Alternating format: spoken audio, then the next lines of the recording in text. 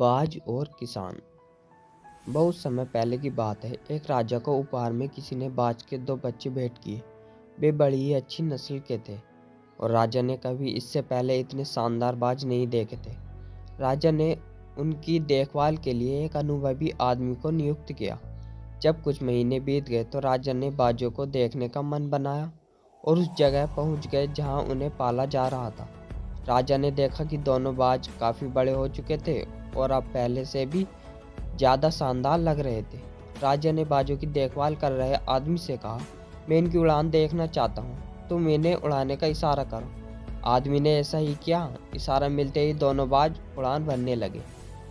पर जहाँ एक बाज आसमान की ऊंचाइयों को छू रहा था, वहीं दूसरा कुछ ऊपर जाकर वापस उसी डाल पर आकर बैठ गया जिससे वो उड़ा था। ये देख राजा को बहुत अजीब लगा। क्या बात है, जहाँ एक बाज इतनी ऊंची उड़ान भर रहा है, वहीं ये दूसरा बाज उड़ना ही नहीं चाह रहा। राजा ने सवाल किया, जी हुजूर, इस बाज के साथ शुरू से यही समस्या है, वो इस डाल को छोड़ता ही नहीं। राजा को दोनों ही बाज प्रिय थे और वे दूसरे बाज को भी उसी तरह उड़ना देखना चाहते थे। अगले दिन पूरे राज्य में ऐलान कर दिया गया कि जो व्यक्ति इस बाज को ऊंचा उड़ाने में कामयाब होगा उसे ढेरों इनाम दिया जाएगा। फिर क्या था, एक से एक विद्वान आए और बाज को उड़ाने का प्रयास करने लगे, पर अब तो बीत जाने के बाद भी बाज का वही हाल था।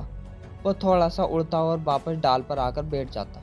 फिर एक दिन कुछ अनोखा हुआ। राजा ने देखा कि उसके दोनों बाज आसमान में उड़ रहे हैं। उन्हें अपनी आंखों पर यकीन नहीं हुआ और उन्होंने तुरंत उस व्यक्ति का पता लगाने को कहा जिसने यह कारनामा कर दिखाया था। वह व्यक्ति एक किसान था।